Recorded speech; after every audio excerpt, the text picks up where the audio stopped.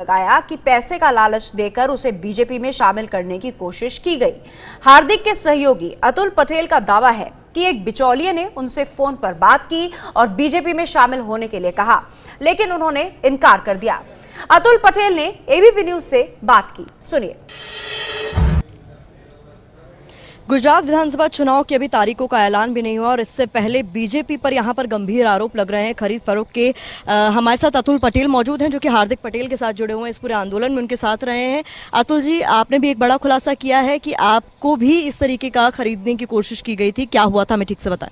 बिल्कुल बिल्कुल, एक अननोन पर्सन, ऐसे वो मुझे जानता है लेकिन मैं मुझे फेस टू फेस नहीं जानता हूँ। उसका कल फ़ोन आया था, उसने मेरे रिलेटिव का पहले कांटेक्ट किया। मेरे रिलेटिव ने बोला एक बंदा तेरे से बात करना चाहता है, तो मैं बोला हरकत नहीं, बात कर सकता हूँ मैं। तो उसका बाद में फ़ोन आया।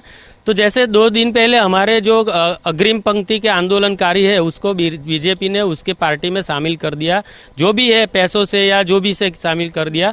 तो उसके हिसाब से ये लोगों ने सोचा कि अभी अग्रिम पंक्ति में कौन बाकी हार्दिक के साथ, तो आंदोलन में से निकाल दे तो आंदोलन का जो है पूरा ख़त्म हो जाए।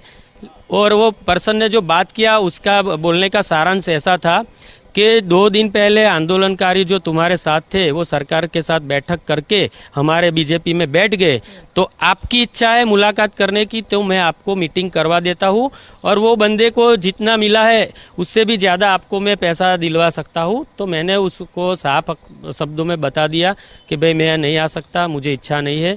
मैं अमित शाह को पूरे बहुत सालों से पहचानता हूँ, हमारे नज़दीक के हैं, लेकिन मैं मिलना नहीं चाहता हूँ। किससे बैठक की बात की उन्होंने, किससे मिलवाने के लिए कह रहे थे? जो हमारे 2 आंदोलनकारी थोड़े दिन पहले मिले, सरकार में बैठ गए, वो लोगों के साथ बैठक कराने की बात हुई कि जो आपको छोड़कर गए उन्हीं से आपकी बैठक करवा देते हैं और आप पार्टी में आ जाए।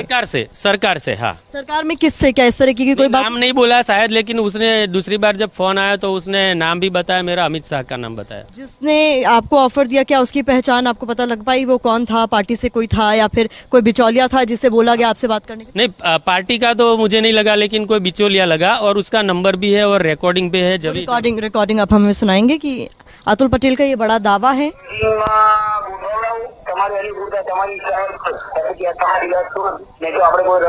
रिकॉर्डिंग आपके पास मौजूद है, चूंकि ये गुजराती में हम समझना चाहेंगे आपसे, कहा क्या गया?